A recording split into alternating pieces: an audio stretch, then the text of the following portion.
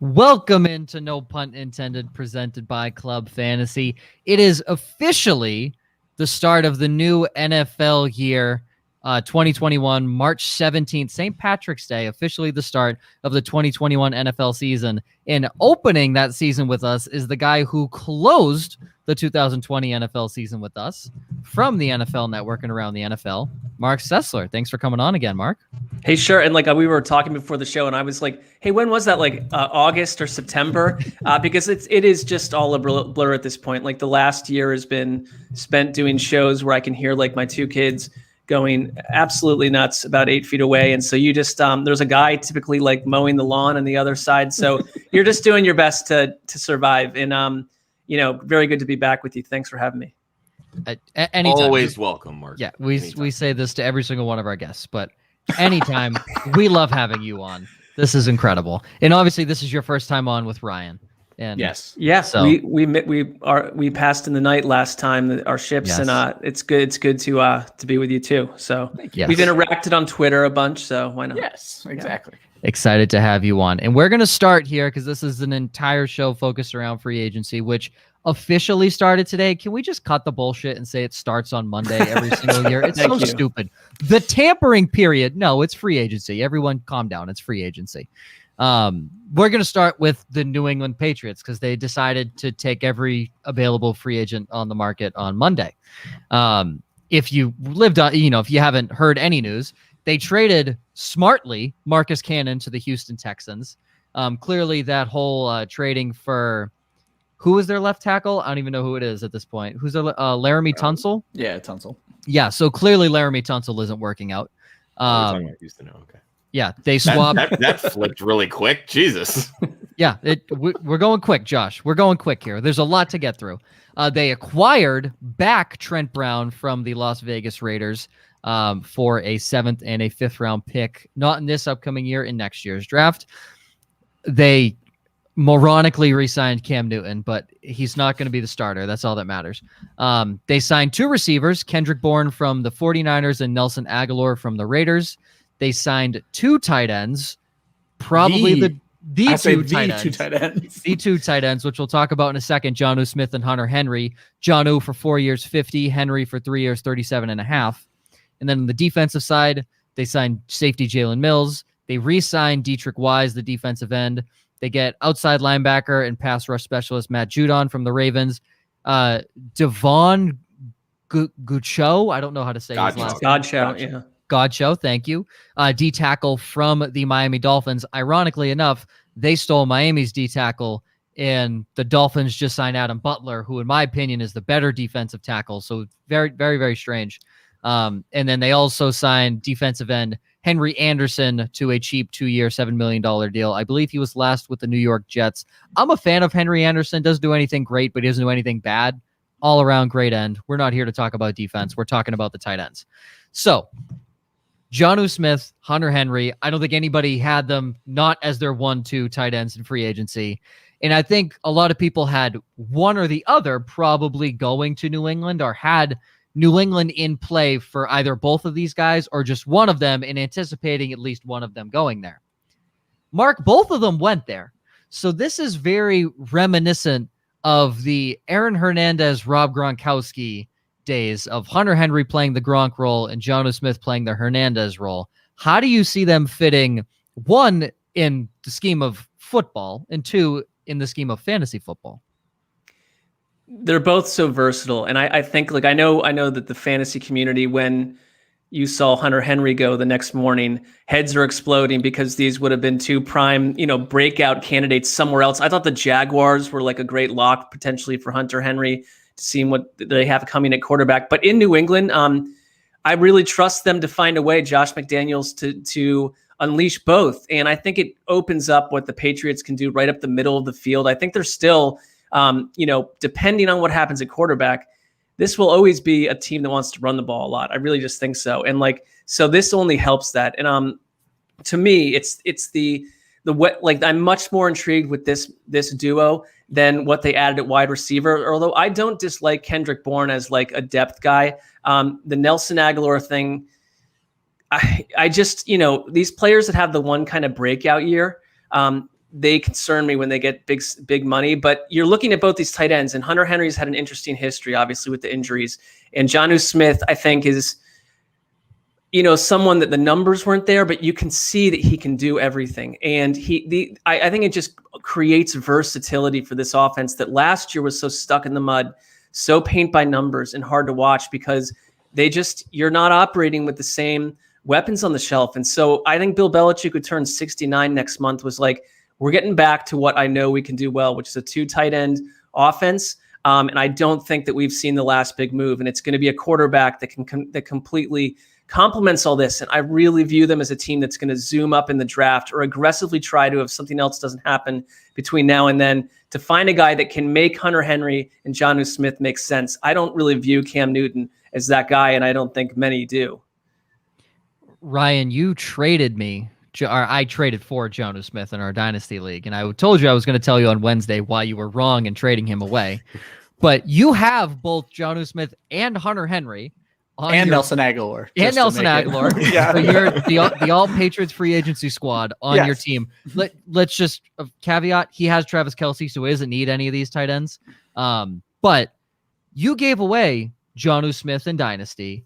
And are you still actively shopping Hunter Henry, or were you just looking to shop both of them? Because I'm sure Dynasty owners may have one or both of them.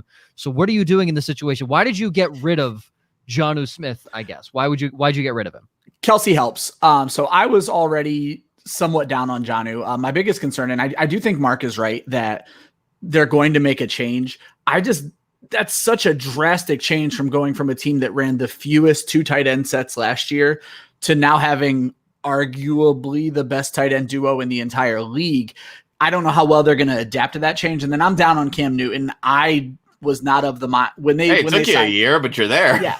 Well, and I was not of the mind that he's signed to not be the starter. Even if they bring in a rookie, I imagine Cam's the starter for at least the immediate. And then that rookie has to now also learn the 2 tight end set with the entire rest of the offense.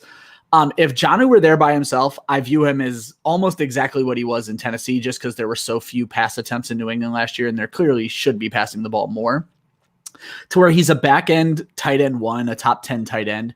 But the gap between tight end 4 and tight end 10 in fantasy is monstrous. And that's just not someone I'm trying to hold on my team. So if I can make a move, I was going to make a move.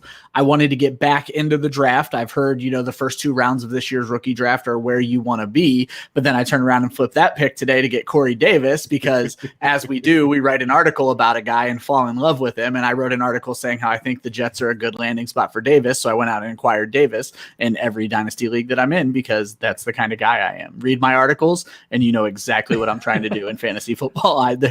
Open book here. So for me, it's just, if there's any value in moving a guy who at best is a top 10 tight end, I'm going to take that move immediately, especially when I have Travis Kelce, who is the god of fantasy tight ends for at least the next 2 to 3 years. So, Josh, any words there on Jonnu and Hunter Henry? I feel like this is a move that will boom in 2022. Kind of going along what Ryan was talking about, where, you're potentially bringing in a young quarterback to kind of learn this new 2 tight end set system that the Patriots really haven't deployed frequently for 10 years almost, it feels like. And even when they first brought in Gronk and Hernandez, they didn't really know fully how they were going to utilize these 2. You're bringing in 2 new guys, both of them obviously very experienced. I think it's going to take a little bit of time. I would not be shocked if you see these guys struggle, not even just for the first half of this season coming up, but the full season. Maybe Cam is the starter for the full season. And if that's the case, how can you trust either of these guys? You just can't. I'm sorry. I wouldn't trust any weapon on the Patriots outside of maybe Damian Harris for 4 weeks. But then there's a rumor they're in on Chris Carson. So it's just okay, there you go. Yeah. This is a move for me. I'm not overpaying to get him, but I would wait and acquire him mid-season when he struggles, because I think 2022 is the year. And I forget the exact logistics, but I traded the 10th pick in the 2nd round, which to me is a 3rd round pick. And then Ryan gave me a 3rd round pick, and then I think we swapped 4ths. It was literally swapping 3rd round picks and 4th round picks, and I got Jonnu. So And I mean, that's not a bad deal for you. No, to take I think both sides had a solid trade. I had Dallas Goedert too, so I didn't really need a tight end. But here's why I think Jono will struggle less than Hunter Henry. Henry will play in a Gronk role where he will block more than he does catch passes, and he'll be used mostly in the red zone. I think you see Hunter Henry's touchdown numbers go up to 8. I mean, 10 is like really pushing it. But I think he's going to be somewhere around the 8-9 area. Jonnu Smith, think back to Aaron Hernandez 2011, 2012. He was used as a running back, as a guy at the tight end position who'd take end arounds, as a guy who runs out of the slot, a guy who runs out of tight end, a guy who runs out wide. Jonnu Smith is going to be that guy.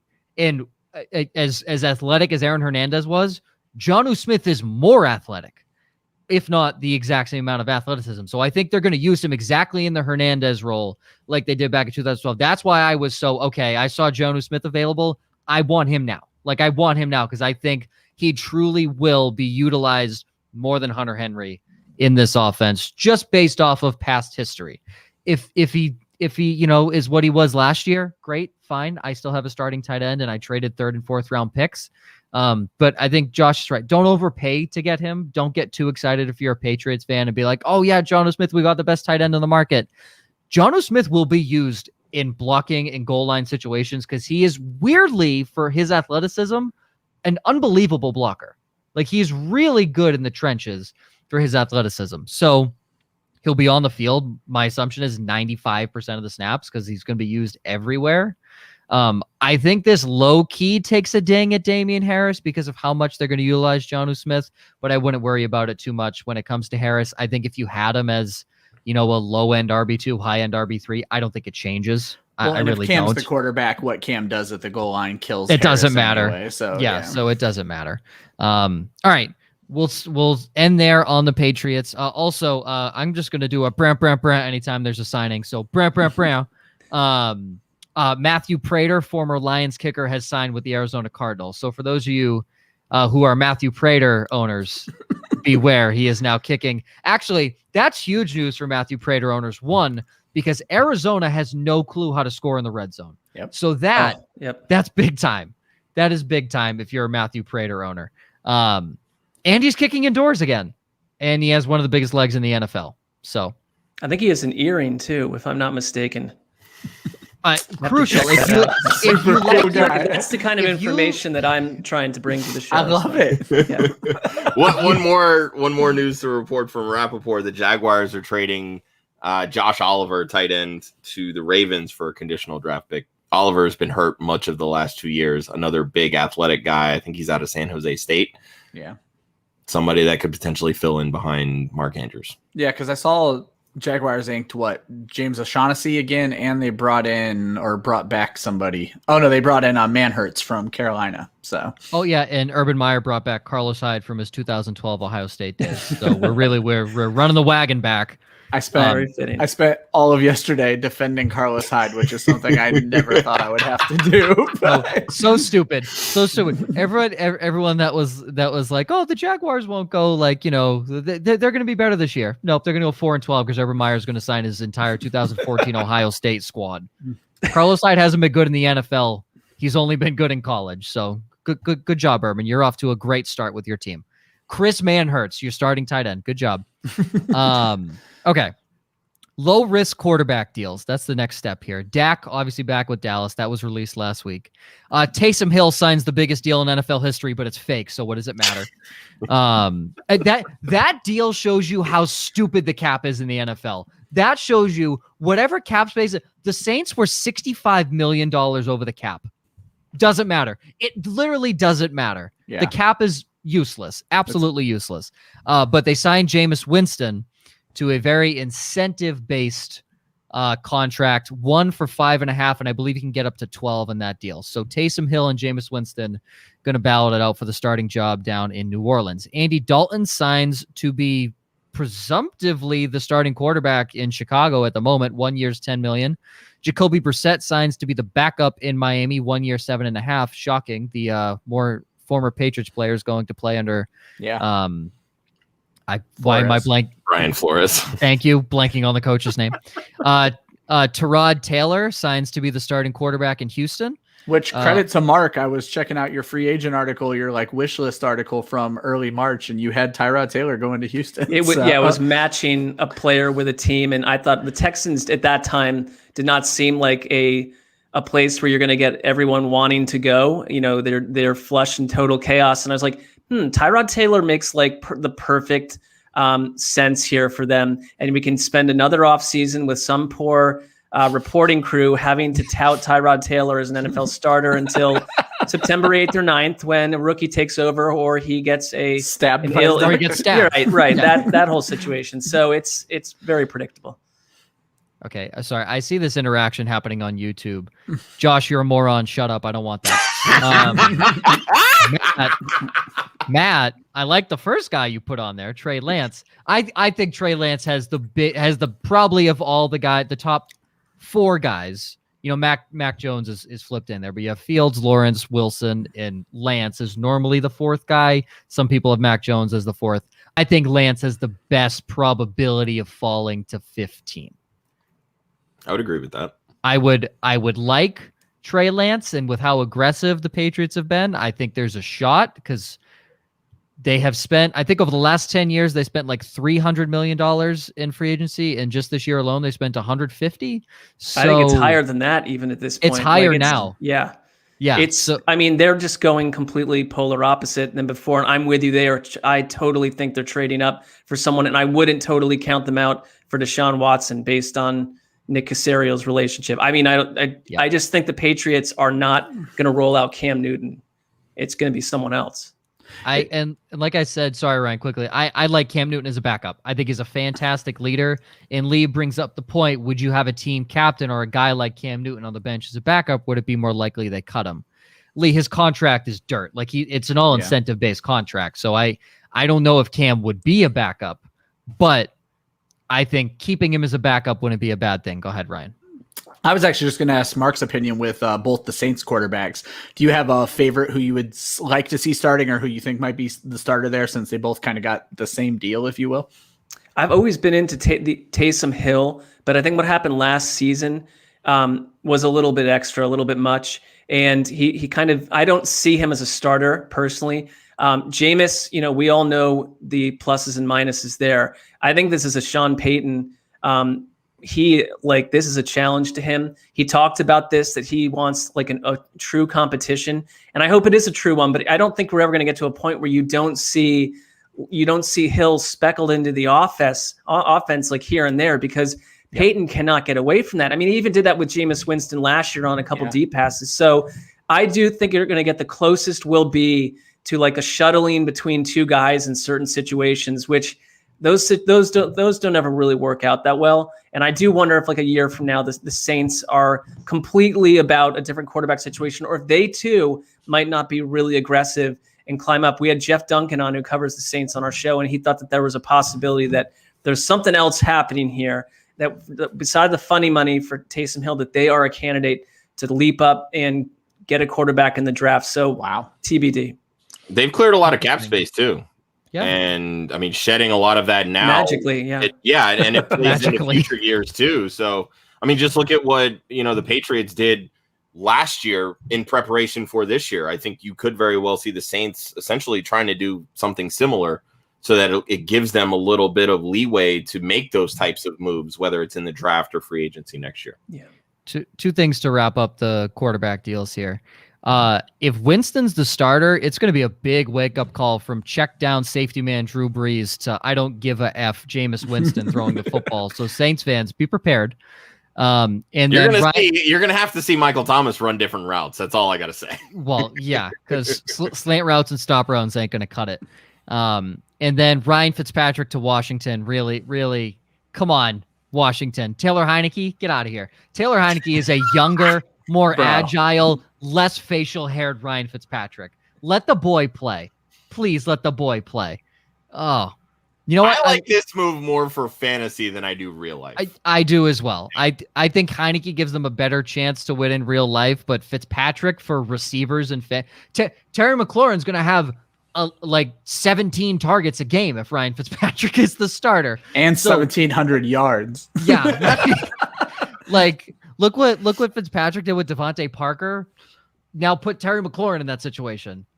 Light it up, baby. Let's go. I still think, I think even if Heineke is the starter, I think McLaurin probably gets 10, 11 targets a game, and he's going to haul in 7 or 8 of them. I think whoever's starting, it doesn't matter. Dwayne Haskins started, and Terry McLaurin was a god. So either of these guys are an upgrade at this point. Don't worry about Terry McLaurin. I think it's going to be an interesting quarterback battle if these are the two guys going into camp for the Washington football team. Move during the draft, so yeah, they could. All right. Running backs with new homes. Most of them are backups, but here we go. Aaron Jones returns to Green Bay. 4 years, 48, which is $12 million a year. Correct me if I'm wrong. Yeah. Kyle Juszczyk, the best fullback in the league, returns to San Francisco on a 5-year, $27 million deal.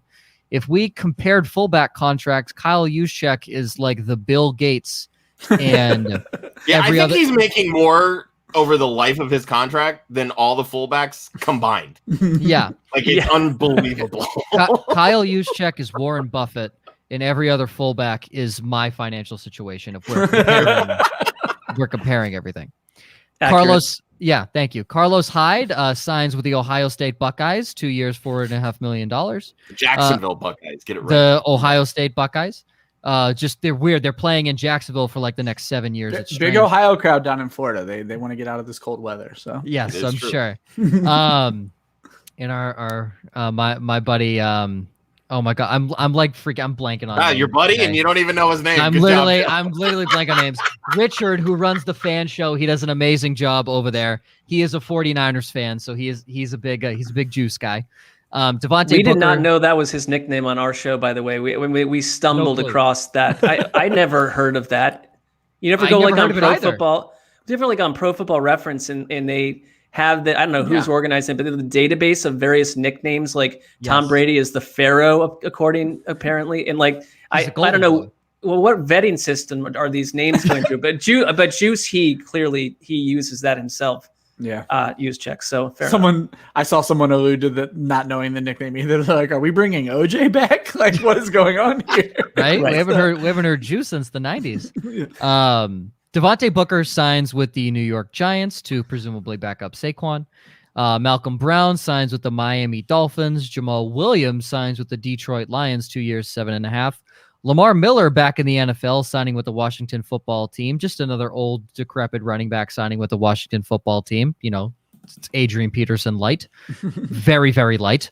Marlon Mack re-signs with Indy. Don't worry about Jonathan Taylor. And that's really our looking at for running backs. So the only guy I really want to talk about here is Aaron Jones. Do we really need to talk about it? What does this change, Mark? Does it change anything from his value last year? What are we looking at with Aaron Jones heading into 2021?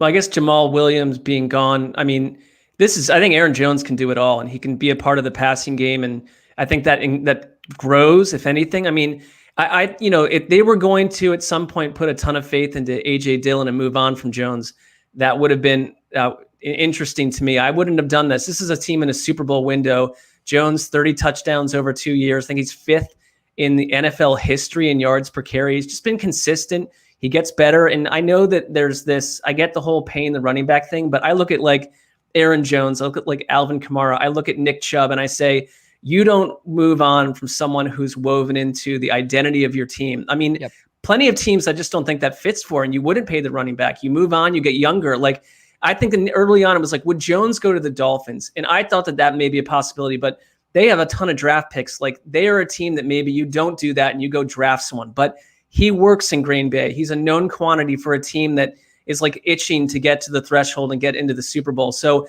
you don't want to find out that you made the wrong decision in week 3 or 4 at running back.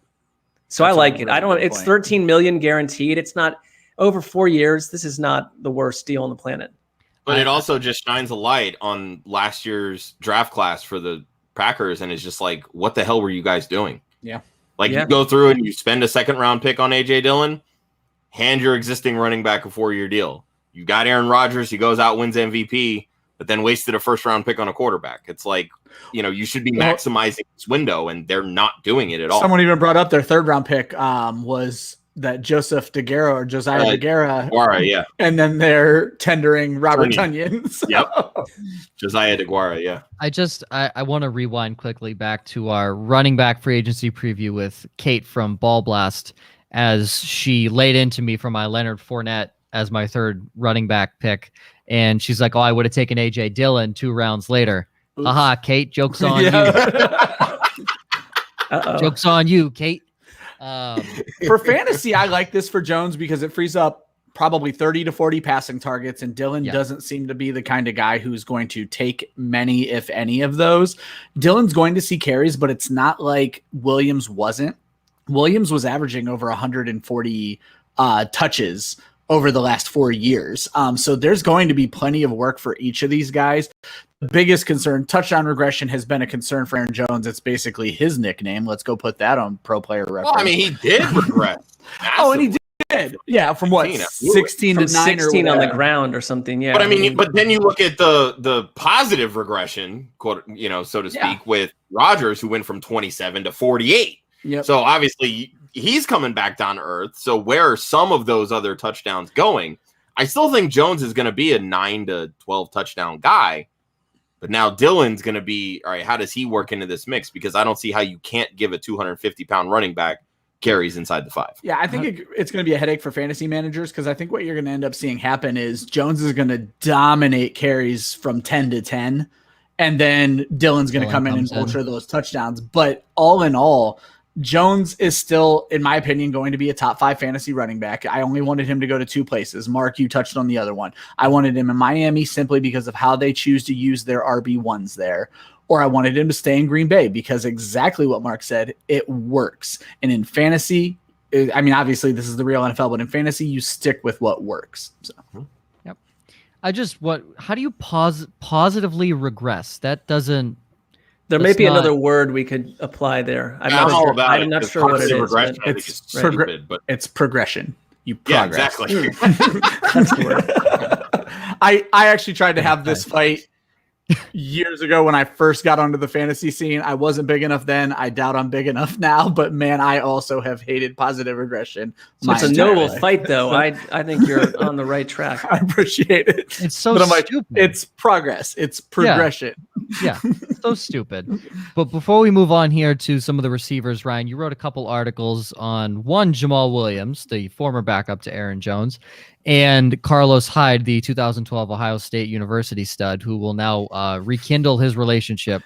I will never not bring that up because I think it's the dumbest. I think it's the dumbest signing. I caught a ton of heat on Hyde, and I'm not defending Hyde. In no way do I think Hyde is fantasy relevant whatsoever this year. You know, people say that before they start defending someone, right? No. All I'm concerned about is 85% carry share for James Robinson last year. I don't see a way that happens again. Yep. And the growing narrative is they're going to be a better team and there's going to be more pieces of the pie. I feel like that's a big leap from how not good they were last year. And you have a coach who we've not seen in the NFL, a quarterback we've not seen in the NFL. Outside of DJ Chark, they're replacing all of their wide receivers. It's just a lot that's changing there. And there's rumors that Chark could be on the trade block. Yeah, I heard that too. I don't think that's happening. The owner's brother kind of dove in and shot those rumors down. So it's his son, and he basically he was like, absolutely not. So that doesn't seem like that's happening right now.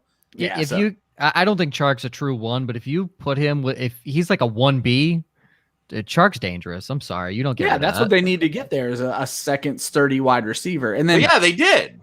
But he's kind of the same thing as DJ Chark, which we'll get to in a minute. And then for Jamal Williams, the big thing for me with Jamal Williams is this does not hurt DeAndre Swift at all for me. DeAndre Swift is 22 years old. Dan Campbell is going to run a system that is catered to 2 backs, much like what they ran in New Orleans. And in this movie, DeAndre Swift is playing the Alvin Kamara role, and you want to get that. The biggest takeaway from my article is if there is any hesitancy from the the DeAndre Swift manager right now, pounce. Give up what you need to give up to get him on your team. He is a 22-year-old running back who can catch the football. Jamal Williams is going to come in, probably get.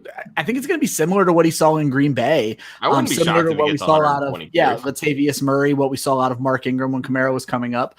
But DeAndre Swift is the back to own. They might not be a good team, but he's going to catch plenty of balls there because they don't have wide receivers either. I mean, I think also their play caller is Anthony Lynn, and you can say whatever you want about his game management and stuff, but I mean, he's going to want to run the ball. He comes from that Rex Ryan world too, so it's a good setup, I think, for both. Yeah, well, so that's what he was doing with the Chargers. I was going to say you're giving comps to Austin Eckler and Alvin Kamara. Listen, that's what you want. Listen, he loves running the football so much he ran a quarterback sneak with no timeouts. Well, that's very fair. With 20 seconds left. That's called commitment, Joe. He's not in charge of the time management though at this stop. I would assume. That's big. You know. That's big. No. Right. Also not in charge of special teams, which he put himself in charge of, and then they proceeded to allow 21 special teams points to the Patriots, I think, the week after. So less responsibilities feels appropriate. Yeah, less responsibility feels right for him. All right. Now to the wide receiver position. I believe Ryan said it earlier, Corey Davis to the New York Jets, 3 years, 37.5. That's a gagger right there. Marvin Jones signs with Jacksonville, 2 years, 14.5. E-Man Sanders released by New Orleans and almost immediately signs with the Buffalo Bills, 1 year, $6 million. They're basically filling the John Brown role with Emmanuel Sanders. John Brown, speaking of that, will go to the Las Vegas Raiders. Love that. AJ Green signs a 1 year deal with the Arizona Cardinals to play opposite DeAndre Hopkins. And John Ross will sign a 1 year deal to be on the IR for the New York Giants. So we don't really need to worry about that guy. But Ryan, you talked about Corey Davis. Josh, you talked about another receiver that had signed with Jacksonville, which is Marvin Jones. I think that the biggest fish here, I mean, maybe with these names here, the biggest fish is Corey Davis, because presumably he's going to New York to be the wide receiver one. Coming off of, I believe, his best year this past year with the Tennessee Titans. Ryan, I'll let you start since you traded for him and wrote an article about him, and then we'll bounce it to Mark. Why are you so high on Corey Davis? I mean, they're a bad team that's going to have to throw the ball a lot. I think it's pretty easy to say at this point in their careers, he's a better wide receiver than Denzel Mims and Jamison Crowder. The big thing I looked at was what we saw from this offense in San Francisco could translate to New York. And San Francisco, until this past year, never really had a true alpha wide receiver. And you could argue Ayuk had missed enough time that he wasn't that either. But they treated George Kittle like their wide receiver one, and Davis is a big body wide receiver. Kittle averages 7 targets a game. If that works for Corey Davis, that's 112 targets in a 16-game season. We're going to be playing 17 games next year. That's more targets than what he's seen in a season in his career. It equals his highest targets. The number one wide receiver in a San Francisco offense, actual wide receiver, not George Kittle, averages 5 touchdowns a year. Corey Davis has only hit 5 touchdowns one time. So it seems like his floor is starting to look more and more safe on a team that should have to throw the ball a lot, whether it's Sam Darnold or even better if it ends up being Justin Fields with that number 2 pick, because you want your wide receivers specifically in Dynasty tied to young quarterbacks. Hopefully we can see some improvement out of Darnold, but if it's not Darnold, it'll end up being Fields, who is another young up-and-coming quarterback. Mark? Yeah, I think that, like, the thing about the Jets, to have Mike LaFleur coming from that Kyle Shanahan world, that tree, I think that the Jets jokes will be ending, because I think, along with Robert Saleh, that they're in a different place. That whole division is, and someone like Denzel Mims, Jamison Crowder is a good support system wide receiver there too. You're moving on from Adam Gase. It's like impossible to just kind of tell who any of these guys were on the Jets. Yeah. You could have Zach Wilson as your quarterback. Who knows what will be going on, but there'll be a run-heavy team. But also, I mean, Shanahan had years in Houston where Andre Johnson was his number one and blowing up. So I don't think there's an aversion to having a genuine number one guy. But you look at those Niners teams and you say they got around. They worked by getting around that, because their run game, plug in one of us and you're going for 150 yards half the time with that Niners team. And so if you can get that kind of coaching on offense, I think this can be a team that makes a major leap. I mean, just from it's hard not to, but will it all happen in 1 year? I don't know, but everything is very different now. To me, Corey Davis just fits better as a 1B or a 2. And I think he showed that last year. He had arguably his best year when he was the wide receiver 1 for them 2 years prior. I think it was 2018. He had a 30-some-odd% target share and was still very blah as a number 1 guy. I think with Corey Davis, so much is going to be who's going to be their quarterback. Is it going to be a rookie? Do we get a solid full season out of Sam Darnold? Does he live up to that potential? To me, this move is predicated on whether or not Denzel Mims takes that next step and becomes that wide receiver 1 that I think the Jets expect him to be. If he does, I think this is a great signing for the Jets, because then Davis can be, I can win one-on-one battles. I don't have to worry about the double coverage. I can fit my zone. I can play the jump balls, whatever it needs to be. But if I'm the wide receiver 1 and I get all that double coverage, the Jets offense is screwed. Just my thought. And while it feels like Corey Davis has been around forever, I found it interesting when I was doing my article. Davis is only 2 years older than Mims. So, I mean, that's a younger wide receiver out early there. So, yeah. So, quickly before we get to Angie's question, because I love her question.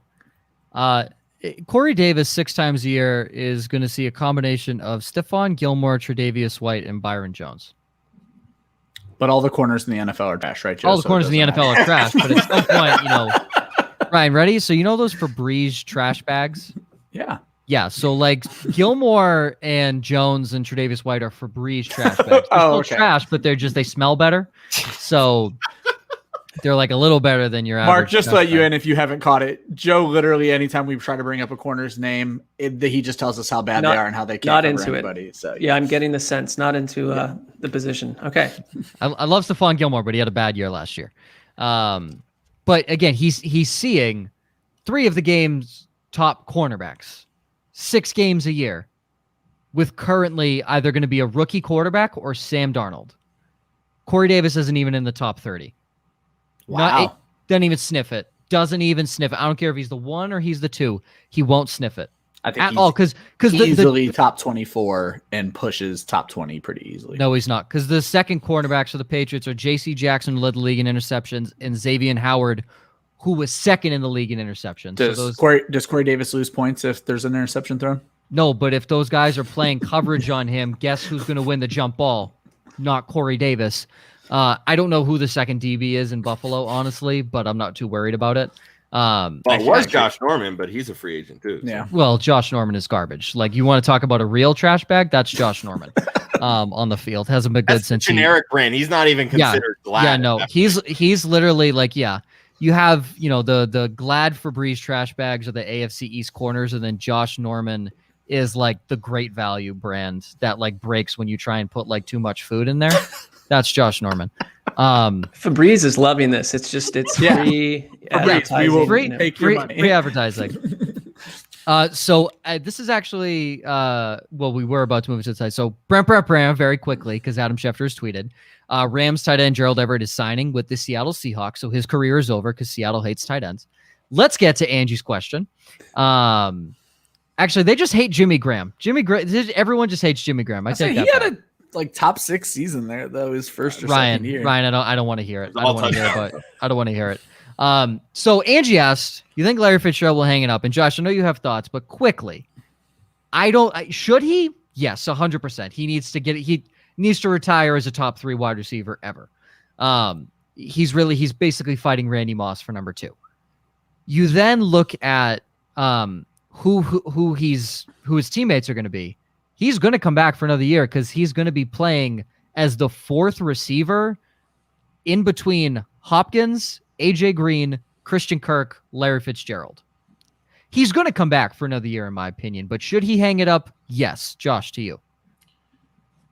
When they went out and signed AJ Green, my first thought was, wow, why?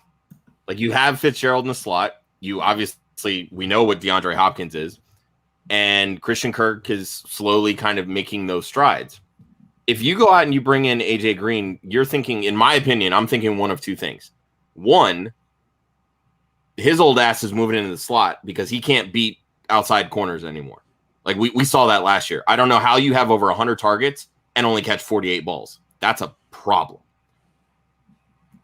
Moving into the slot, that relegates a lot of those concerns. It's the same thing that happened with Larry Fitzgerald. When he lost it on the outside, he moved inside.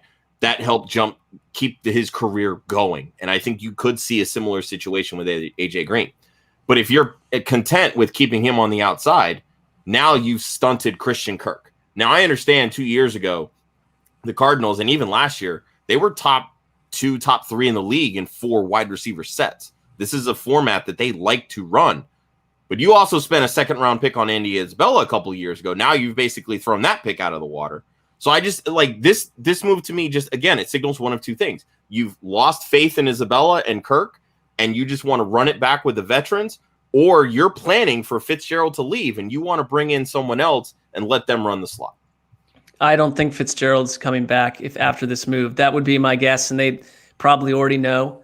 I mean, that there's a wonderful relationship there, and I don't know. It just seems to me like, can you really imagine Larry Fitzgerald and AJ Green on the field together? This signing kind of baffled me for the money and for like the other guys out there that you could target even in the middle ranges. Threw me for a loop. Here's where I see this now that Josh talked more about it. I said earlier they were a terrible red zone. Like they couldn't figure it out down there. They ended up kicking too many field goals. I think AJ Green at this point in his career is still his catch radius has shrunk by a sizable amount. Yeah. But if the ball hits his hands, he's going to catch it. Like, I think if the ball hits his hands, he's going to catch it. You don't really lose that as a receiver, especially at AJ Green's caliber. Could this be to open up opportunities in the red zone for DeAndre Hopkins? Like, could this be where, Hopkins maybe sees more one-on-one coverage, or if Hopkins gets the double coverage with the safety over the top, does that open AJ Green for one-on-one coverage against the third best corner to win a jump ball? I'd take AJ Green in that matchup any day. So I think maybe this helps them in the red zone, whereas, and I think Fitzgerald comes back for one more year. He tries it because at this point, I think this is the best Arizona roster they've had since they went to the Super Bowl with Kurt Warner. I think this is their best roster they've probably put together. Sucks that the head coach is going to absolutely hinder that entire roster, but that's not the point. It's an interesting point on Hopkins because he did only score 6 touchdowns last year, which is his fewest since 2016. So if this is something where it's literally just going to, especially in the red zone, take coverage off of him, it could be. I never thought it was a bad thing for Hopkins, but it's an interesting point that it could actually be a good thing for Hopkins. I don't know how I feel about it from an AJ Green standpoint, but it's funny. A few weeks ago, I was saying Larry Fitzgerald needs to hang him up. I think we're starting to get into legacy hurting phase at this point. And I know he's never going to tarnish his legacy, but it's just not Larry Fitzgerald anymore. But now with Green there and the fact that they do run a lot of 4 wide receiver sets, I'm like, come on back. Let's see what happens here. And that's what I think is probably in between the 20s. You'll see more Christian Kirk on the outside, and then you'll see a mix of Andy Isabella and Fitzgerald in the slot. And then sometimes you'll see Fitzgerald come in the slot and Kirk runs outside. But I think at the red zone, you see Fitz and Hopkins opposite, or help stack them on both sides and have them run cross routes and get the DBs confused. But I think you're going to see him opposite. I think it probably plays big in the red zone. And to your point before, I mean, I'm looking at this number that 40% of Green's targets in 2020 were contested. He caught 19 of 41, which is 5 percentage points higher than any other receiver with more than 50 targets. So he can do that, and he can use them. I just can't see the two of them on the roster at the same time. But who knows? I mean, because it's probably a lot of it has to do with Fitzgerald's decision. Yeah, 100%. I mean, you're talking about AJ Green and Larry Fitzgerald, two of the best receivers of the 2010s. Like, I don't know if there's a argument there, but you put AJ Green and Larry Fitzgerald as probably top 20, Fitzgerald's in the top 10, but you maybe sneak AJ Green there in the later rounds of the top 10. In terms of the past 10 years in the NFL receivers, like these are the two top dogs. They're just getting old at this point. So yeah. I think it'll be interesting. Just quickly to graze over the tight ends. We just said Gerald Everett has signed with Seattle. The contract hasn't come out yet as far as I know. But some other tight ends, Gronkowski is going to win another Super Bowl in Tampa Bay. 1 year, $8 million. Mo Alley Cox, 1 year tender. Robert Tonyan, 1 year tender. They're not going anywhere. 3 tight ends stay with the exact same team. The third guy that was on a lot of people's radars for tight end was Robert Tonyan, but I don't think anybody thought he was leaving Green Bay. Everyone thought that he was restricted. Green Bay was most likely going to match an offer anyway. So Tonyan stays there. Now, feels weird to talk about, But for fantasy implications, the impact on the offensive line. So I'll run through all these guys. Darrell Williams re-signs with Buffalo. Kevin Zeitler signs with the Baltimore Ravens. Joe Thuney signs with the Kansas City Chiefs. Corey Linsley signs with the Chargers. Trent Williams signs the biggest tackle deal in NFL history. 6 years. You see the numbers and how petty that final number was? Yeah. I thought it was great. They just clipped it. Listen, he's a beast. He deserves it. Like he's been probably the best left tackle in football since he's entered the league. Like he's that good. Cam Irving signs with the Carolina Panthers. Matt Filer, don't know who that is, signs with the Chargers. Pat Elflein signs with the Carolina. The Panthers love signing subpar offensive linemen. It's unbelievable. Like none of them are good. Rodney Hudson traded to the Arizona Cardinals for a 2021 third and I believe like a 7th round pick. It was a late pick in 2022, I believe. Richie Incognito re-signs with the Vegas Raiders. Alex Mack joins Trent Williams in San Francisco 1 year, 5.5. And Kyle Long comes out of retirement to play with the Kansas City Chiefs for 2 games until he eventually gets hurt. So I'm glad the Chiefs are bolstering the inside of their offensive line because that's really what was hurting them in the Super Bowl. It's so stupid. They may slide Thuney outside to tackle because Thuney plays everywhere on the offensive line. Yeah. But I'm just shocked that my expectation is that he's going to tackle. So. Yeah, my expectation is Thuney slides to left tackle. He's a great run blocker, so he may slide to right tackle. But unless Kansas City does something about their tackles, Mahomes is going to be running for his life like he did in the Super Bowl. Mark, any of these guys kind of stand out to you that impact a certain player in fantasy football or impact a certain team overall, potentially a quarterback having more time in the pocket? Any of these guys stand out? I love Corey Linsley to the Chargers because if you look at Justin Herbert was spectacular against pressure last year, but he was under duress from wire to wire. And so if you get, you imagine, number one, that offense, I don't really want it to look that different for Justin Herbert, but it's going to, and it's Joe Lombardi's offense now. But if you can spend the next, 1 or 2 off seasons making that into a real powerhouse front 5, I mean, if he did that against pressure, what is he going to do when suddenly he's kept safe? I mean, I feel like the Chargers are always trading and pouring investments into their line, and it's like their line always seems to kind of suck. And so at some point we got to get this thing figured out. But Linsley I love him. I think he's super consistent, good signing. I love Linsley as well. I think he's been a solid center in the league, top 10, no doubt, since he's been playing. And giving your young quarterback more time is never, ever a bad thing, especially with Herbert.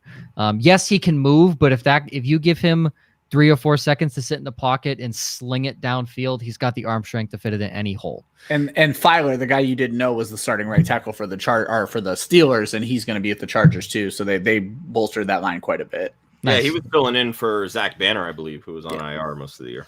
Okay. All right.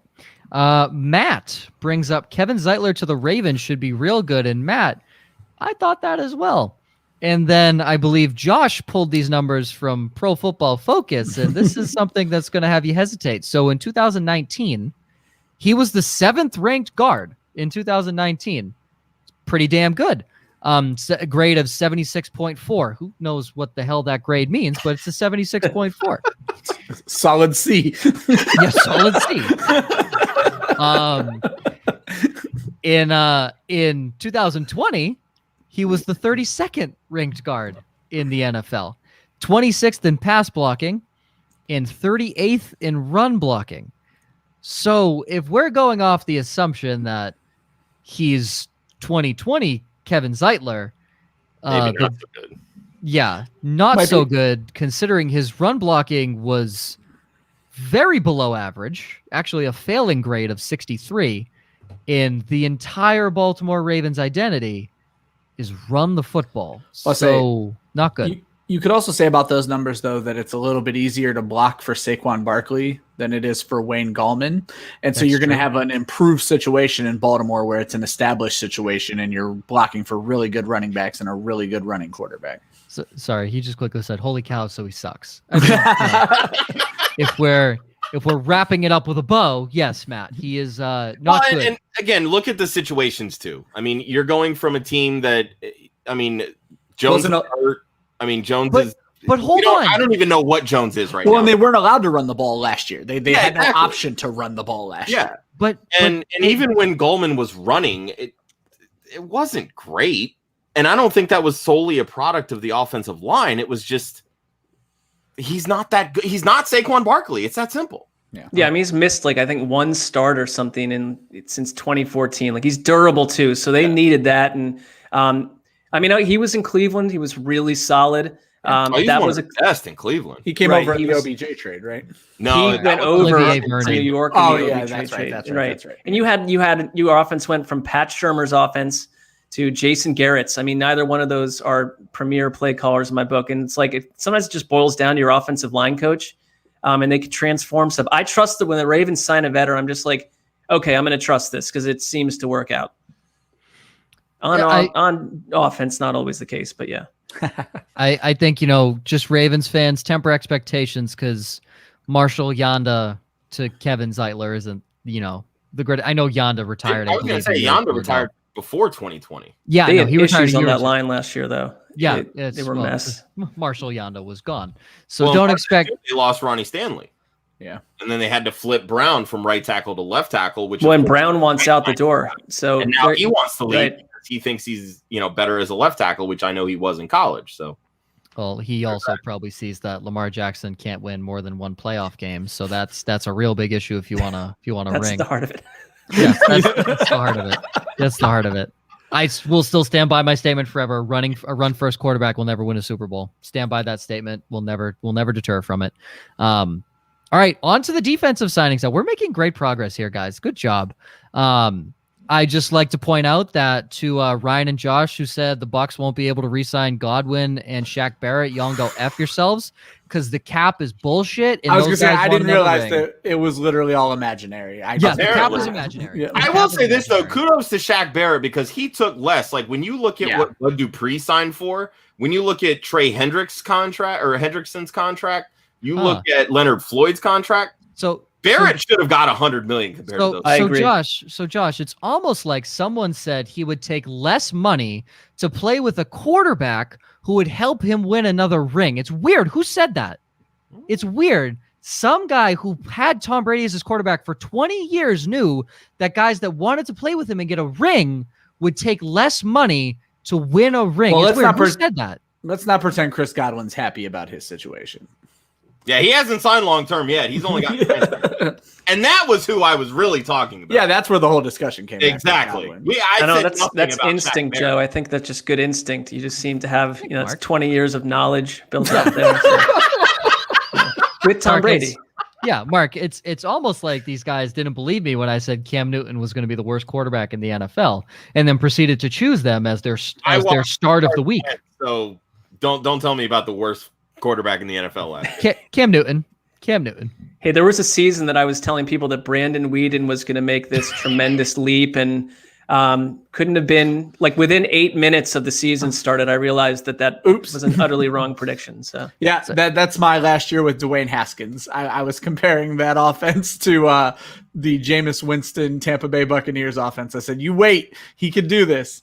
I mean, if you're talking about off-field issues, Dwayne Haskins and Jameis. Well, Winston he got the turnovers right, not quite to that degree, but absolutely I could have used the touchdowns. But I mean, there's been some really big signings on defense. So you have Shaq Barrett, Bud Dupree goes to Tennessee, John Johnson, who is a guy no one really knows. But that's a big signing for your Cleveland Browns, there, Mark. That's a great signing for Cleveland. Yeah, I mean, it got well graded, and I think the thing is they didn't do a lot in free agency, but they desperately needed a safety. They're like a 4-2-5 base defense.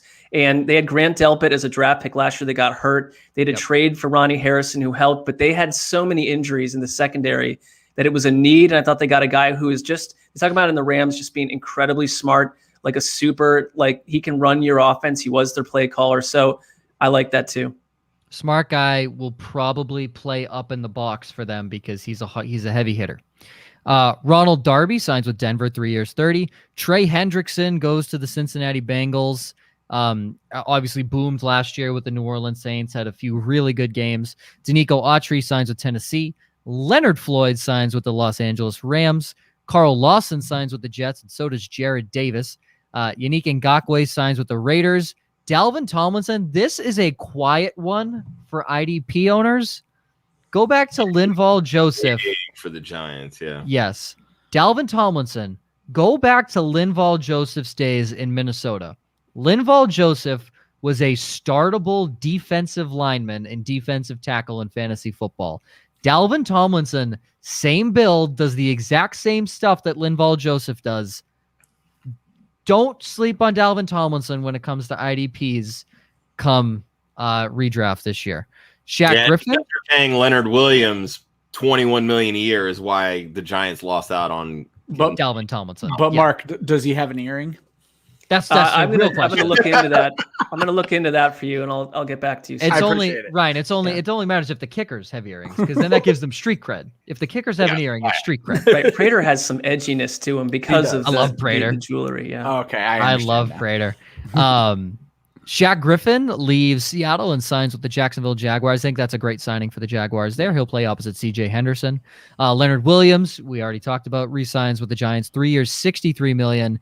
They're going to regret that contract in a year. They're going to regret it, but hey, if there was a year for Leonard Williams, look, he earned it. He well, played well for him last year, but yeah. And I hate players. I can't stand when players they're just like I'm pissed off, I'm unhappy, so I'm not going to play well. Oh, my contract's up. All right, I'll step up my game, and I hate that more than anything. I really do.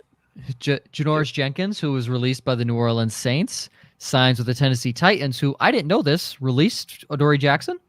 Yeah, yesterday. Wow. It goes to show that fast guys in the NFL just never work. Adoree Jackson being the latest example of that point. William Jackson III coming off a fast guy who's worked out. Well, coming off a really good year in Cincinnati, will go and sign with the Washington football team. That Denzel, defense. yeah, good defense, very good defense in Washington. And he's only going to look better with that pass rush that they Oh my God, he's going to look gross with that pass rush. Denzel Perryman signs with Carolina, just another subpar middle linebacker, old guys. No, he's good in run defense, and Carolina has one of the worst run defenses for like the last 2-3 years. Josh, the Panthers signed Tahir Whitehead to help their run defense last year. How'd that work out? Then maybe it's a scheme problem. I don't know.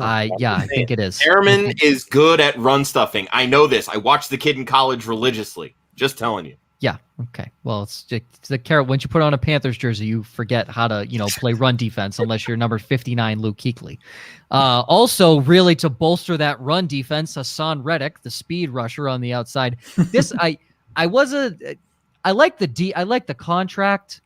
I think Hassan Reddick has 2 good games a year, and he gets one game where he has 5 sacks, and then he disappears the rest of the season. So, Panthers fans, you'll be happy with him. Yeah, Panthers fans, you'll be happy with them for a game, and that's it. That's where you're going to go. They do feel like he was used incorrectly for years in Arizona before last year, but I mean, that's, there's got to be more to it than that. Correct me if I'm wrong. Was he a first-round pick? He was, I think. I believe he was. Right now. Yeah, like round 1, pick 13 overall. I think. So I think you look at it, 2017 draft. As a first-round pick, he has not lived up to expectations. Oh, absolutely not. Being a top 15 pick. If I told you Hassan Reddick was a third-round pick, I feel like you'd be pretty happy with his production. Again, is he good? Yes. Is he a first-round top 15 caliber player? Hell no, it's not even close. So just last year was that in mind. First year in double-digit sacks. Ooh, a big about to happen right now, Ryan. Uh-oh. Steven Sims is no longer relevant in the Washington football team's offense because Curtis Samuel has signed with the Washington football team. So let us discuss that, because he was one of the guys left on our top available free agents. So we can cross Curtis Samuel off the list. Mark, the Washington football team have signed Curtis Samuel. How does he fit into that offense? I love it. I mean, I think you could leave him anywhere. And the way that the Panthers, the Panthers have scheme issues on defense. Last year they did not on offense. I thought that he's getting whatever contract he's getting because of what they did last year with him. Yeah, he can do it all. I guess Ryan Fitzpatrick, like you said, could probably help a number of these guys fantasy wise. But I would just say that is this really their final destination with the quarterback situation? I know Ron Rivera seems like he wants to play an aging veteran at quarterback until Jesus returns, but I do wonder if there's something else happening there. But I love it. I think Curtis Samuel had been matched with Washington by many for logical reasons, and they're getting him at the right time in his career. It's suddenly, because they're not going to have to win games 17-10 if they start to get some of these offensive pieces right. Exactly. He signs for 3 years, $34.5 million, making his AAV about 11.3. That's not a bad contract at all. Well, again, what does it matter? The cap's a myth. So what does it even matter? This is true. What does it even matter? Factor that in. Yeah, factor the cap being a myth. But I love the signing. I think Curtis Samuel signing there, fantastic signing. That gives Terry McLaurin even more of a reason to get open, because now he has an actual weapon. He has a legit weapon opposite him. Yep. A legit weapon. This also helps. This also helps Logan Thomas. I love a little him. bit. Yep. So obviously Logan Thomas will still be seeing probably his normal coverage, but now the defense has to account for another weapon not named Terry McLaurin. And you have to account for jet sweeps and things like that they didn't have the capability of running last year, which can free up the tight end on bootlegs and things like that. So. Which can also free up more opportunity for Antonio Gibson, because if they bring Curtis Samuel in motion, that may get the middle linebacker thinking he jumps on the jet sweep, and now Gibson has a free reign up the middle. And yes, the Washington football team offensive line isn't the greatest in the world, but I think that's probably something they target in this year's draft. They're not bad by any means, but they're not great. But we already have a Curtis Samuel trade question in right now from Matt, who's basically been running the show. Appreciate you, Matt. Yeah. The 205 for Curtis Samuel in a Superflex PPR. What do we feel in there? I think that's a little high. I feel that's steep. In a super flex, I think that's a little high. Okay. Mark? I mean, this is not, I wouldn't consider this to be my area of dense expertise, so I'm going to go with what you guys had on that one. But I agree, a little high. That sounds right to me. Yeah. How about that? I would love to know if it's a 10-team league or a 12-team league, because right around 15 is when the talent starts to fall off for me. And so if it's a 12-team league, I probably make that trade for a known commodity and a good offense. In a 10-team league, I think I hold on to the pick. If you can somehow swing a back end of the like if you could trade someone away and get a back end of the second round pick and then flip that for Curtis Samuel, I think that works. I would look at, like a back of the second. Yeah, I mean, it's exactly what I just did with me and Josh. I gave up the 210 for Corey Davis. That's a fair deal for this type of wide receiver. So yeah, and like I said, I gave up. The 210 is basically where you could very well see 5 quarterbacks go within the first 15 picks. Exactly, in a super flex, easy. Crazy. Yeah. So I mean, if there's a team, I mean, in a super flex, yes, I think all 5 will probably go in the first round. I would even argue at that point. 12. So you say it's a 12-team league. So I think at that point, I would make say that trade. I would say if you are like you guys Curtis always Samuel, in the same league together and you're conducting trades with each other? I would imagine you'll be like in 14 leagues, like some of the fantasy people. I'm in a ton of leagues, but I'm actually only in one league with these guys. Now we do a redraft league together as well once that gets in, but I'm only in one dynasty league with these. So when you fleece someone on the show, like it is a huge, massive victory for yourself. Yeah. Oh yeah. 100%. And it helps, again, because while I joke that I'm an open book, we all talk about our guys. So I fully, when I put the 2 Patriots tight ends on the trade block, expected an offer from Joe, and he did not disappoint. Well, here's the thing. He smartly put Hunter Henry on the block, because I don't like Hunter Henry too much. I think he only has a big touchdown upside, if assuming their quarterback situation stays as is. If they somehow, in the good grace of God and Jesus, swing Deshaun Watson, get every Patriot you can. That was a great point Mark brought up, because I would not expect them out. We talked a little bit before the show that it certainly seems like Carolina is ramping up for a run at Deshaun Watson. I think San Francisco I'd watch too. Yeah. Well, here's the thing. David Tepper is willing to give up Christian McCaffrey, 5 first-round picks, Jeremy Chin, and the new MLS team in Charlotte to get Deshaun Watson. Well, and it seems like the interesting dominoes falling into place with Tyrod Taylor going to Houston. Yep. And then you still heard the Jimmy Garoppolo to New England rumors even after the Cam thing. So I kind of knocked those dominoes down a little bit too, where Tyrod Taylor goes to Houston, Deshaun Watson goes to San Francisco, Jimmy Garoppolo goes to New England. It fits a little bit too nicely to be reality, but it does seem like something that might happen. It's not totally ridiculous that Jimmy G could wind up with Nick Caserio, who knows him really well, drafted him, part of the team that did, and Jack Easterby, please. But I mean, whatever his role is, like, he knows him. I don't know if that's a positive or a negative at this stage, but. So, and I hate talking about the Deshaun Watson thing because he's literally linked to all teams besides the Chiefs and the Packers. Yeah, any team that needs a quarterback. But Mike Silver from NFL Network had said earlier today there was a few different teams, and he had mentioned the Patriots last, and he said he never said anything about the Pats inquiring or anything like that. He just basically said what Mark said, the relationship between Belichick and Nick Caserio. And honestly, if I'm putting odds for what the Patriots will do at quarterback, they draft one. I think that's their highest odds. I think they draft Trey Lance. I think because that's the guy that falls to them. I think they draft Trey Lance. And weirdly enough, I think their second best odds is Deshaun Watson. I don't think it's Jimmy Garoppolo because I really think San Francisco is adamant about keeping him as a backup for some reason. And they seem to be building a wall around their quarterback if it is Jimmy Garoppolo with these new offensive line signings. So. Yes. So I don't think Jimmy Garoppolo's in question. I think he's probably third or fourth on the list of possibilities, but I do think, and that tells you how much I'm all in on the Patriots probably drafting a quarterback in the first round. I think Watson is the second best option. I think they have the stuff to do it. But it's just, is Belichick going to pull the trigger? And with how he's been spending his stimulus check, clearly he is gung ho. That stimulus check hit, bang, he's going for it.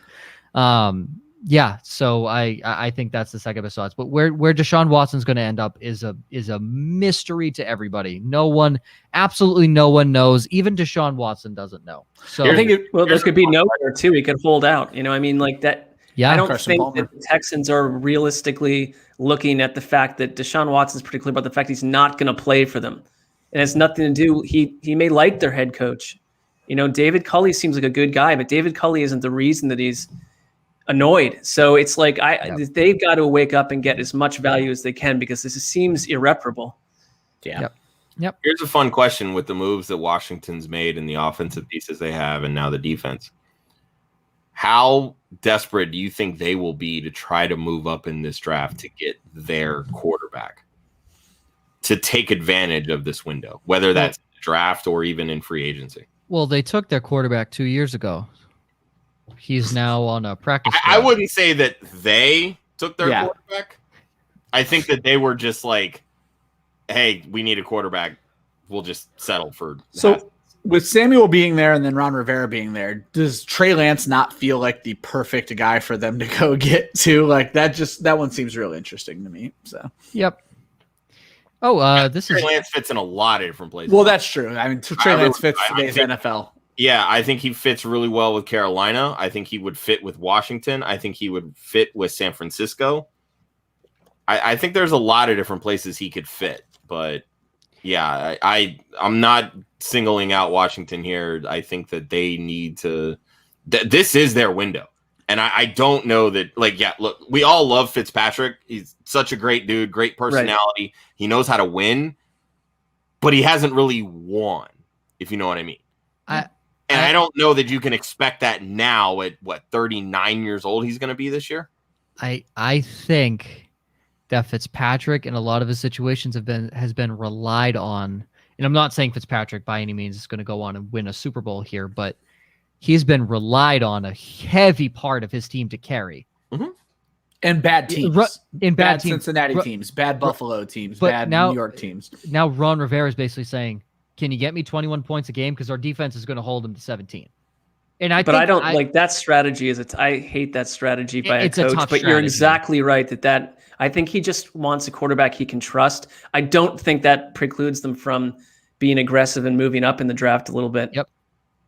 I think maybe, they bring in Fitzpatrick and they have the idea of moving up and drafting a guy, having Fitzpatrick there to kind of teach him like he did with Tua, and then, handing over the reins and hopefully it turns out well for them. He taught him he was 5 times more exciting than Tua. That was the problem. Like you can't have him up, if you're going to get the rookie in there, like it's like Fitzpatrick is a tough backup because he's too intriguing to watch. You're going to have people calling for him and asking pointed questions, If you're going to go from gunslinger Ryan Fitzpatrick to check down out of the backfield to a Tagovailoa, it's not really entertaining for your. Well, and that's my thing, Joe, with what you're talking about. Like, if that's Ron Rivera's philosophy, hey, I just need you to get me 21 points. That's not in his mentality. It hasn't been for 18 years. No, Ryan Fitzpatrick is trying to score 42 points. Exactly. And that's what he's going to do. And he's going to turn the ball over 20 times. No, sure. But what I'm saying in that point is I'm not saying Rivera's going to call off the dogs at 21. I'm saying Fitzpatrick, he's basically saying, Ryan, if you can get us 21 points, we're going to win. I don't care what the hell you do. Get me to 21 points and we'll win this game. Like throw 2 picks a game. I don't care. We're going to win because our division is crap. Our division is garbage. Yeah, I mean, at this point, I don't see how you can't put Washington and Dallas at the forefront of the East right now. That pains me to say. I put Dallas at the bottom. I don't care. I don't know that I'd put them at the bottom yet because they do look. If Dak comes in and is the Dak that we saw at the beginning of the year, which I'm not saying he will be coming off of that injury, but if that's what they are. They have the offense to be able to compete regardless of how bad that defense is. Their defense was giving up like 34 points a game as they opened up 2 and 4. That's fine. All they have to do is score 37, right? Right, exactly. I think Dan Quinn will. I know Dan Quinn fizzled out big time as a head coach, but I think that he will improve that defense. There's no way they could be more discombobulated and confused than they were. You mean all I know is my Eagles are finishing last in that division. I don't see any way that they're not at this point. All I know is Mike Nolan still got a job after coaching 2 of the top 5 worst defenses in NFL history, and I think that's just ridiculous. They always get jobs. They'll never, as long as they're breathing, they'll keep getting these. It's all about who you know. Cockamamie, as old people say. A phrase I use daily. Yes, that's cockamamie. All right, just reviewing some of the top available free agents, and we'll go around the room quickly as we wrap up to say where we think they will land. We'll start with the receivers. Kenny Golladay, Will Fuller, Juju Smith-Schuster. Those are the top available receivers. I just want a team. I don't want an explanation. Josh, where do we think Kenny Golladay ends up? I think he's going to the Giants. I think that's kind of where he's at this point. Okay, Mark? Kenny Golladay, I am going to go with this Cincinnati rumor. I kind of like that. Nice. Okay, Ryan? Just to throw another team out, I'm going to say Miami. They need to add a wide receiver too. Okay, opposite Devontae Parker. I would love to see him in Cincinnati. I know he's been linked to New York. I would love to see him in Cincinnati. We'll go with there. Will Fuller, Josh? Can't remember where I said before, but if they can make it work, I know they just signed Aaron Jones, but give me Green Bay. Mark? I'll go Miami. Ryan, I know you're in on Green Bay. I don't even have to ask you. Can't change my answer. Green Bay all the way. I don't even have to ask you. If they can sign Will Fuller in Green Bay, that'd be ridiculous. So I'll go Green Bay as well. Juju Smith-Schuster, Josh. I like him in Miami. Okay, Mark. I'm going to go New York Giants on that one. Okay, Ryan. I feel like Indy needs to do something.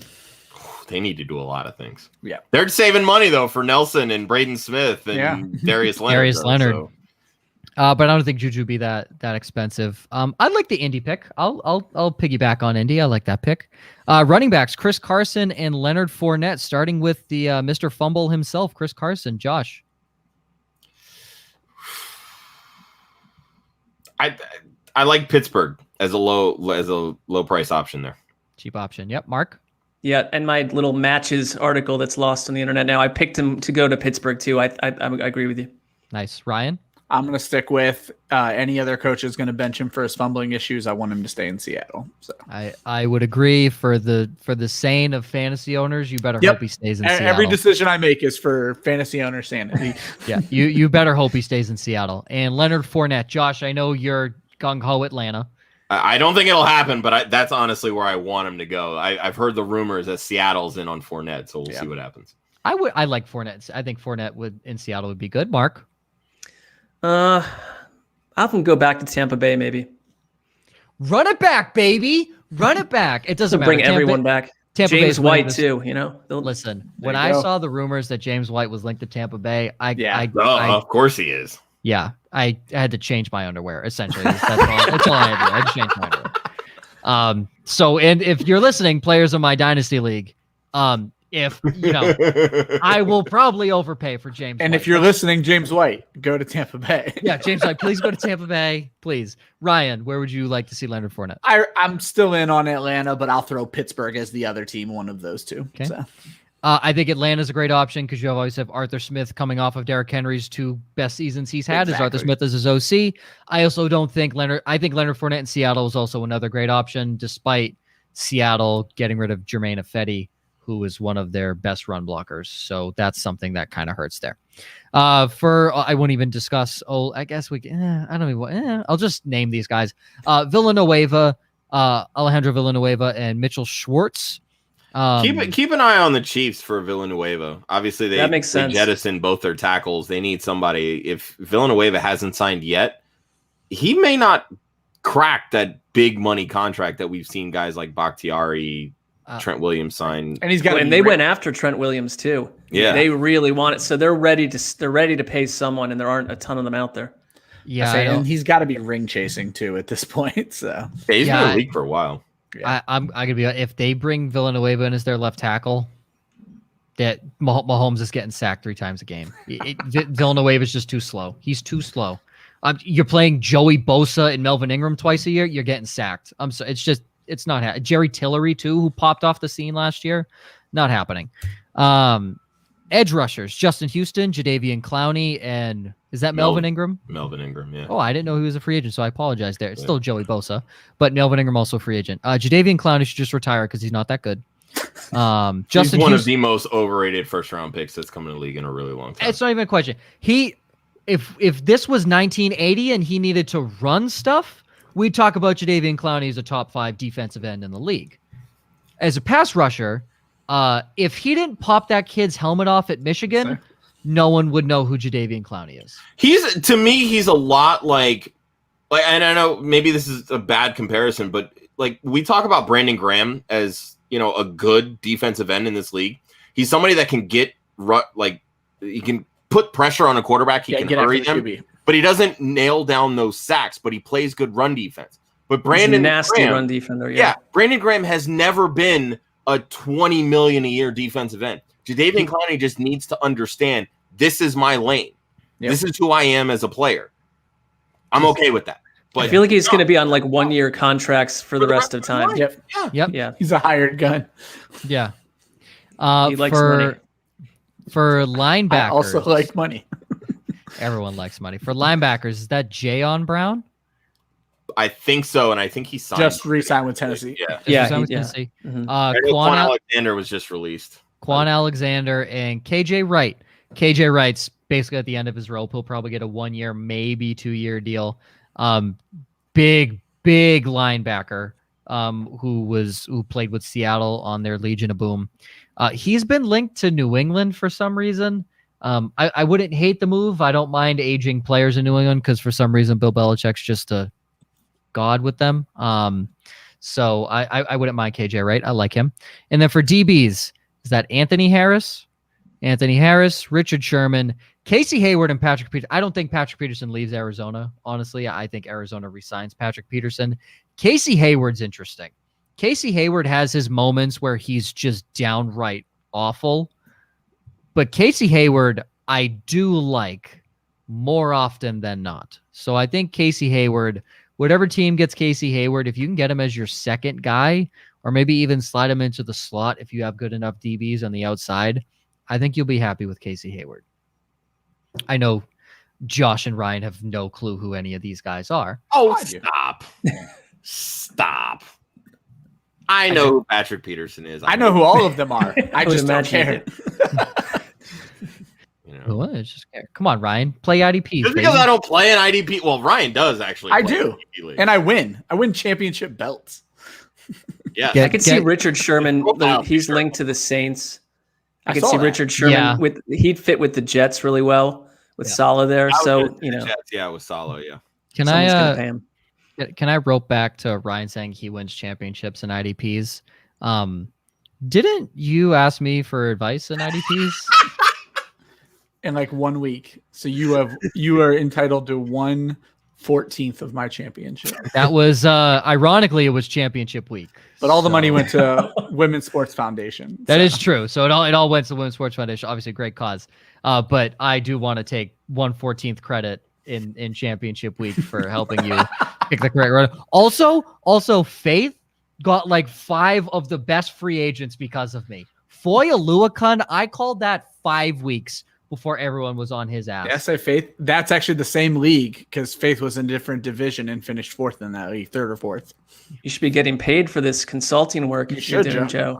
I know, but here I am doing it for free, Mark. You know, doesn't feel right. Here I am doing it for free. All right, thank you so much, Mark. This was awesome. Oh, yeah, my pleasure. Like I'm not at like the fantasy side, you know, I just sit and listen to you guys sprinkle the wisdom, but love talking football anytime with you. Thank you. We get you on for your pretty face, beautiful looks. That's why you're here. There you go. That is not accurate, but yeah.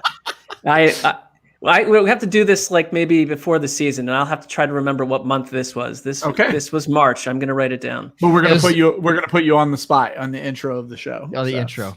Mark, when was the last time you were on? Yes. August. I'm gonna start just doing that to people in random. Like, when was the last time we spoke? Right. So Mark, before we wrap up, for those that don't know, where can they find your work? At Twitter at Marc Sessler. And we do a podcast right now. This week we're doing it every day of the week, but typically it'd be 2 or 3 times every week during the off season, the Around the NFL podcast. And we have a network show that runs on Fridays, which is sort of an extension of our podcast. We try to make it that way. And that's on at 12 o'clock Western time, 3 o'clock Eastern. And it's until they decide to pull the plug on that. That is something that's still happening. So it seems like a lot for people to track. Good luck. Small name things, ladies. Yeah. Small name things. Small name drop. Yeah. Small name drops. And from my buddy Richard, Mark says Mark is pretty awesome. So Indeed. Thank you. What's his nickname? It's his name is Richard, but he runs the Fan Show. Thank you, Richard, and thank you, Fan Show as your nickname. Yes, he is. He does a lot with the indoor football league. So Bismarck Bucks, I believe he works for the Omaha Beef right now. Full Sail grad, repping. Sportscasting grad, graduated from the Dan Patrick School of Sportscasting. So yeah, love Richard. Mark, you haven't officially reached awesome. You're just pretty awesome, but I think you're on your way there. By the third show, and if you remember when you talked to us, you're going to be awesome. Yeah, pretty awesome would be better than I'm doing inside my own house right now. So I'm just going to flat out take it at this point. That's great. Anything you can get at this point. All right. Yes. Next week we'll touch on any additional free agent signings. Do we have a guest? Is it just us? I have confirmed, but kind of not really. So I'll announce it on Twitter and we'll talk after the show. But there's a good pre-recording for next week's show. So if you have not subscribed to us on YouTube, go find us because we will not be on Periscope next week. YouTube.com/Club Fantasy FFL. You will get the alerts and the time countdown and all that good stuff. So keep that in mind, guys. Be sure to go there. So we'll talk additional free agent signings, and then we're diving into Dynasty talk as we get ready for the Stars of Tomorrow series, which is us highlighting some of our favorite rookies at quarterback, running back, wide receiver, and tight end leading up to, of course, our draft show, which we're incredibly excited about. But that begins in 2 weeks. The guests are still TBD, so we are going to let you guys know as that comes up. All right. I think that is everything. Also, we are now pimps. So thanks, Matt. Career change. Yeah, big career shift. I have gone from the fan content and engagement coordinator with the Bismarck Larks to a pimp. So I think that's a huge career shift for me. I didn't study it in college, so it's going to be a real big culture shock. My wife is the only earner in our house, so technically it's what I'm doing. Hey, that's you are in that category. Mark, if you don't know, Ryan outkicked his coverage by like 7 stadiums. He is married to Miss Ohio 2005, correct? 2005. Miss Ohio 2005. She knows woodworking. She can cook. Sing opera. She sings opera.